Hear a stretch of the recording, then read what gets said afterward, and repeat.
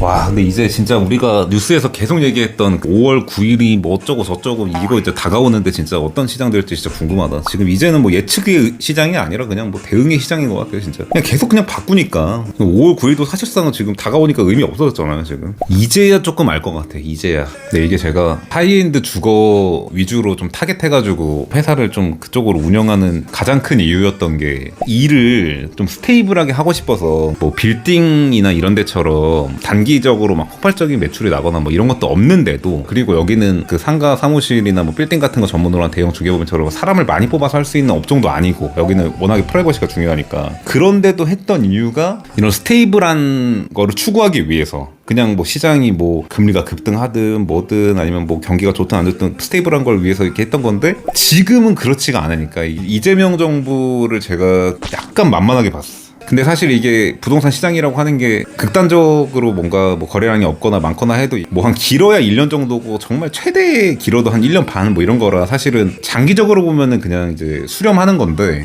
어쨌든 지금은 진짜 시세는 안 빠지는데 거래는 없는 막 이런 상황이니까 앞으로도 사실 일반 매매 시장에서 거래량이 많이 늘긴 어려울 것 같은데, 근데 뭐 하이엔드 주거 시장은 원래 거래량이 사실 절대량 자체가 많지 않으니까 좀만 늘어도 느는 거라, 이제 하이엔드 시장은 예외적으로 지금 최근에 워낙 없었으니까 하반기 시작되고 나서 거래가 좀 나올 수밖에 없는 구조인데, 이게 거래라고 하는 게 자연적으로 생기는 거래가 있을 수밖에 없어서 주택은. 근데 그 좀 유의미하게 거래량이 많이 나오는 거는 어쩔 수 없이 좀 분양 쪽에서 많이 나올 수밖에 없을 것 같다는 생각이 들고, 왜냐면 그게 좀 묻히고 숨을 수가 있어서, 그리고 자금도 좀 뒤로 미룰 수가 있으니까 돈이 많아도 한 방에 100몇십억 현금으로 냈다 이런 거는 너무 사실은 리스키하잖아요, 그 사람한테도. 왜냐면 그 돈이 다 또 증빙이 돼야 되고 하니까. 근데 분양받고 이렇게 몇 년 나눠서 내고 이런 거는 약간 증빙하기도 편하고 막 이러니까, 그래서 좀 분양 쪽으로 갈 것 같다는, 이게 그러니까 경제 논리가 아니에요. 지금 여기 하이엔드 주거 시장 거래량의 변화는 경제 논리가 아니라, 일반 매매 시장은 저거를 가격이 싸도 좀 리스키하게 느끼는 상황이 될 수밖에 없는 게 지금의 상황인 것 같습니다. 그래서 사실 대다수의 매수자 매도자가 뷰가 비슷한데 그냥 오를 거라고 생각하는데, 근데 워낙에 이제 요즘은 또 상대적으로 무위험 수익률도 높고 또 돈 엄청나게 벌 수 있는 그런 투자처도 많고 하니까 명목상으로는 이제 하이엔드 주택 가격이 엄청 오를 거라고 생각을 하는데, 그럼에도 불구하고 이거를 지금 거래가 체결되기가 이제 쉽지가 않다. 근데 이게 매도자가 내려와서 그 팔리는 것보다는 매수자가 따라와서 사는 게 이제 더 많을 것 같은 상황인데,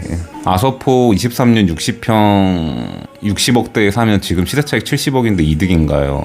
당연히 엄청 이득이죠. 그때 당시에 잘 산 거는 100% 맞아요. 뭐 엔비디아 샀으면 뭐 하이닉스 샀으면 이런 거는 자산시장에서 의미가 없는 거고, 그때 당시에 리스크 대비 리턴이 높았던 거죠. 왜냐면은 그때 당시에 60억대일 때, 그때도 아서포 62평 전세는 50억대였어요. 50억대. 그러니까 50억 언더는 아니었어. 그러니까 전세가율의 70%를 월등히 넘는 상황이었어가지고 밑으로 하방도 되게 단단한 상황이었는데 위로는 완전 열려있는 상황이었어서, 사실은 리스크 대비 리턴이 엄청 좋은, 손익비가 엄청나게 좋은 편이었죠. 그래서 사실 뭐 이런 분석에 좀 의미가 없을 수 있어요. 왜냐면 이게 집이기 때문에, 예를 들면 지금 같은 때도 이게 싼 거냐 비싼 거냐 따지게 되면은 비쌀 확률이 많죠. 그냥 이제 그런 뭐 정고점 대비 막 이런 걸로 보면. 근데 이게 집이기 때문에 계속 월세 살 거 아니면 언젠가는 만약에 내가 그 집을 산다고 봤을 때 하이엔드나 초고가 시장은 지금 사는 게 싼 거죠. 사실은 지금 사는 게. 오히려 이제 저런 저가 시장 이런 데는 지금 어차피 월세 올라갈 것 같고 뭐 전세 없어질 것 같고 하니까 매입하는 게 이득이다. 그래서 막 10억 언더 막 이런 시장은 엄청나게 매매가 활발한데, 그 초고가를 넘어서 하이엔드 시장은 이게 경제 논리로 움직이지가 않는 게, 그 이유가 뭐냐면, 예를 들면 내가 그런 100억 넘는 하이엔드 주택 어떤 특정 아파트 사고 싶었어. 살고 싶었는데, 사실 엄청난 부자죠. 이런 하이엔드 주택 매입할 정도면 현금으로 다 사는 거니까. 그 엄청난 부자로 하여금 느껴지는 리스크가 더 커요. 그러니까 뭐 세무조사 한번 맞는 정도가 아니라 정부가 바뀌고 나서 부자들한테 공포감이 느껴져. 이 무주택인 엄청나게 돈이 많은 사람인 경우에는 사실 한국에 진짜 이민 갈 정도의 그런 결단이 없으면 한국에 살아야 되는데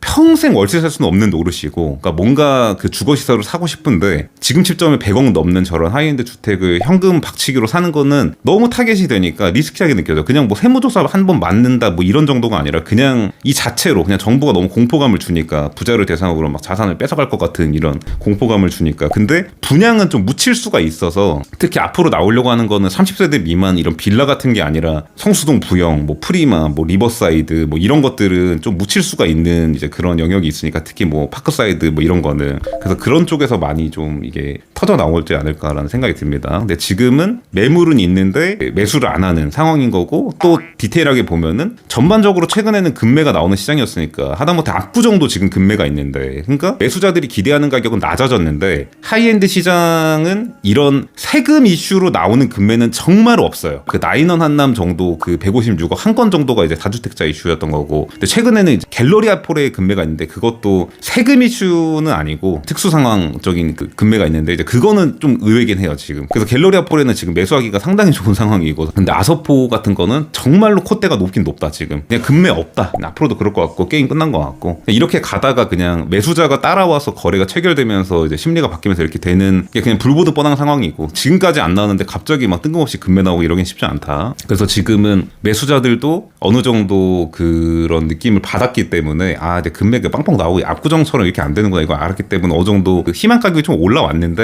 그러니까 완전히 뭐 급매는 아니더라도 상대적인 그냥 좀 금액이 내려오는 이런 것만 좀만 보여줘도 그냥 거래는 체결될 것 같긴 합니다. 지금 상황은 에테로노 시리즈, 파크사이드, 프리마, 더 팰리스 73, 더 피크 도산 등 그 밖에 아시는 곳 중에 탑3가 어딜까요? 단순히 강남이나 투자 목적보다는 주거환경, 시설, 녹지 접근, 전망, 편리함을 중요하게 봅니다.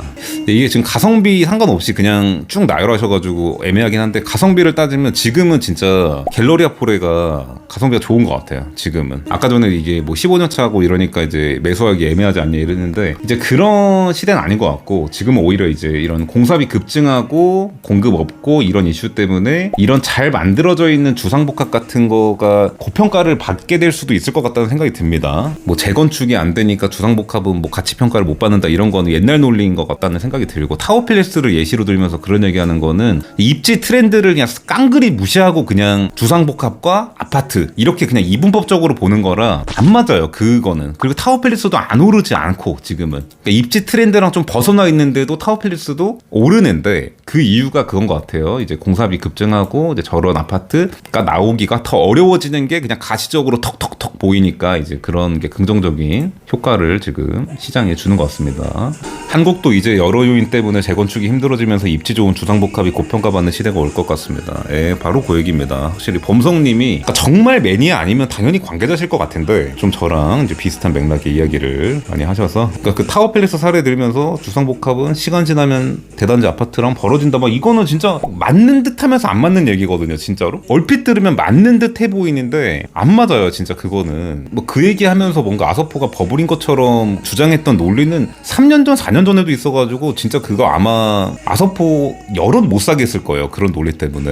그러니까 재건축도 진짜 힘들어질 것 같기도 하고 타워팰리스 갤러리 아포레 같은 건 진짜 나오기 힘들 것 같아요. 그냥 지금 예정돼 있는 데가 뭐 다 끝인 거죠. 뭐 사실 그런 초고층 레지던스는. 그리고 지금의 갤러리 아포레 타워팰리스랑은 좀 느낌이 다른 애들이고 그냥 호텔 레지던스가 나오는 거라 그거는 또 약간 느낌이 다르잖아요. 그러니까 갤러리 아포레 타워팰리스 정도까지는 어르신들이 이렇게 그냥 그 약간 고즈넉한 듯 하면서 이제 사는 건데 호텔 레지던스는 좀 아예 좀 다른 느낌의 좀 팬시한 느낌이니까. 아 그리고 제가 그 지난 라방 때 그 디에스턴 한남 얘기를 엄청 그냥 뭉뚱그려가지고 아 그냥 잘 모르겠다 이렇게 얘기했더니 이게 좀 질문을 좀 받아가지고 정리를 해드리면 그러니까 물론 이게 어떻게 될지는 아무도 모르고 그냥 이제 제 관점을 공유를 하는 건데 지난번에 너무 뭉뚱그려서 얘기했더니 이게 헷갈리시는지 되게 물어보셔가지고 말씀을 드리면 디에스턴 한남이라고 지역주택 조합인데 그거를 민간임대처럼 나오는 게 있어요. 근데 이게 호갱노노 같은 데도 뜨고 가격도 뭐 예상 분양가가 뭐 평당 뭐 1억이 안 되고 막 이러니까 사실은 그거대로 되면은 정말 엄청나게 좋은 거예요. 로또가 될 수도 있는 거야. 로또가. 왜냐면 내가 뭐 분양을 30평대를 30억에 받았는데 그때 당시에 시세가 못해도 뭐 40억은 넘을 텐데 뭐 이럴 수 있는 건데 그리고 플러스 사람들이 생각하는 거는 그게 이제 사업이 안 가도 그냥 이제 우리가 그동안 뭐 더피크 도산이나 뭐 이런 거 봤던 것처럼 그냥 그냥 신탁사로 는 거니까 돌려받고 끝나는 거 아닌가. 그러니까 물론 뭐 기회비용은 있겠지만 진짜로 찐 돈을 날릴 리스크는 없는 거 아닌가 뭐 이런 생각일 수 있는데 그렇지가 않아요. 표면적으로 민간임대지만 지역주택조합 같은 거예요. 이게 돈을 우리가 지금 저 땅을 사서 아파트를 지을 건데 투자를 해라. 한 세대를 분양을 받아라. 이런 개념인 건데 잘 되면 로또 맞아요. 잘 되면 로또 맞는데 안 됐을 때 그냥 돈을 돌려받고 끝나는 정도가 아니다. 그게 이제 사업비로 그냥 녹는 거기 때문에 내가 이미 그 낸 돈이 이제 계약금 중도금이 근데 그게 4억 얼마 정도 돼요. 그게 사업이 안 됐을 때 돈을 못 받을 수도 있는 리스크가 있는 거다 이거는. 그리고 당연히 이제 사업이니까 잘 될 수도 있는데 안 될 확률이 더 많은 게 팩트예요. 아무리 확률을 높게 봐도 긍정적으로 봐도 50%가 안 된다고 보면 됩니다. 그 정도 상품이라고 보면 돼요. 그래서 오히려 이게 주택수가 안 들어간다고 해서 부자들도 좀 관심을 가졌었는데 부자들이 할 만한 상품은 아니고 아예 그냥 지방 같은 데서 야 잘 되면은 로또고 서울에 집 생기는 거고 주택수도 당장은 안 들어가는 거니까 엄청나게 리스키하게 접근하는 사람들이 투자를 할 법한 정도의 상품인 거지 뭔가 서울에 내 집 마련하는 느낌으로 지금 무주택자가 이거를 사는 그런 정도의 투자 상품은 아닙니다. 내 집 마련 상품은 아니라고 보면 돼요.